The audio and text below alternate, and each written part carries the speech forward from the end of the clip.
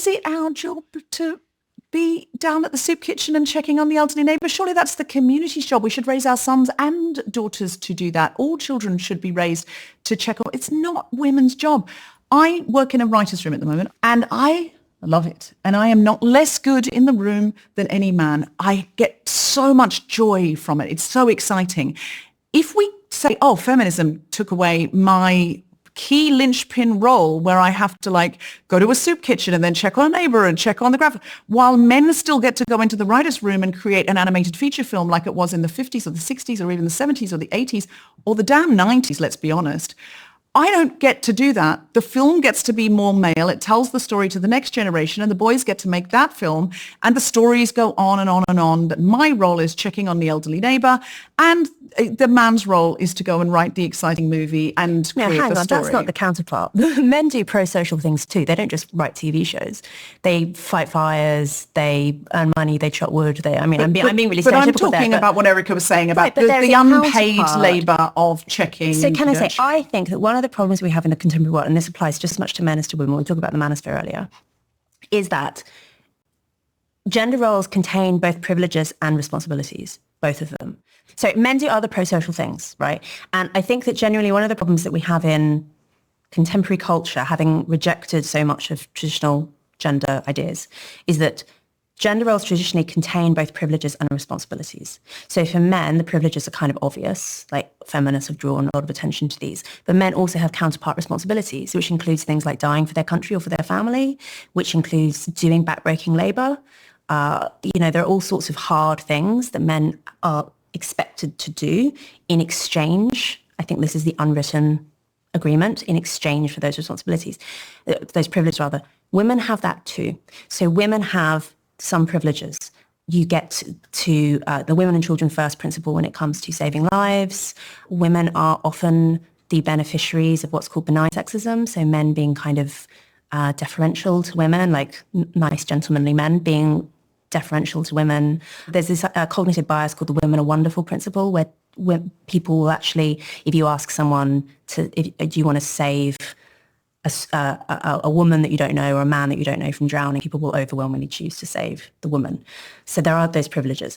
There are also responsibilities, and they include things like caring work, which is hard, and the danger and difficulty of childbearing, which is really hard. And I think that one of the problems, and maybe this is narcissistic, I don't know, this is a touchy word, but maybe this is narcissistic, is that both sexes want the privileges without the responsibilities. And you see that within the manosphere as well. That's what the manosphere wants. They want all the privileges of masculinity without any of the responsibilities. They don't want to have to be the breadwinner for their families or to do difficult work or to risk their safety doing anything. And I'm afraid sometimes feminism is like this as well, that we expect women to be given, to be deferred to and to be prioritized. But we say, I don't have time to do all this stuff for other people. That's ridiculous. I should be writing TV shows. I mean, that's not the counterpart, right? Writing TV shows is great, but it's not essential work to society. Whereas raising children and protecting your community really is. And we do need people to do that of both sexes. Problem is we can't put a price on it. And that's the problem, is that we can't put a price on how important it is to raise children. It's unpaid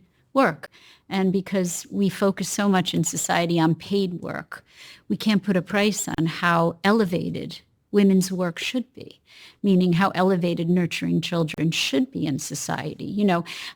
My kids always say, again, I'm going to get a lot of hell for this too, but my kids always say, it's not fair that people in finance are earning all that money and doctors and nurses and social workers and teachers earn so little. And they used to say that when they were little. And I had a hard time explaining to them why that was. And all I could say was the world is not a fair place.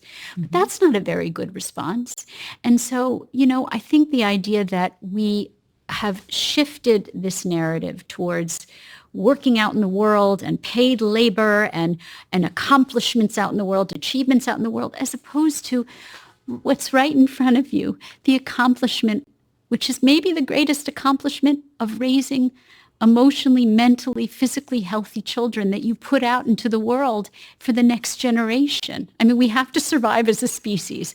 And so all of that paid work is also important. And you should have the choice to do that or nurture or some of both. But if I were going to say my one goal out of this podcast would be to to help people understand that we have denigrated maybe one of the most important work you can do, instead of elevating it, instead of admiring women for staying home and dealing with the boring moments and dealing with the hardships and dealing with the sleeplessness and the frustration. It's much easier to go to work.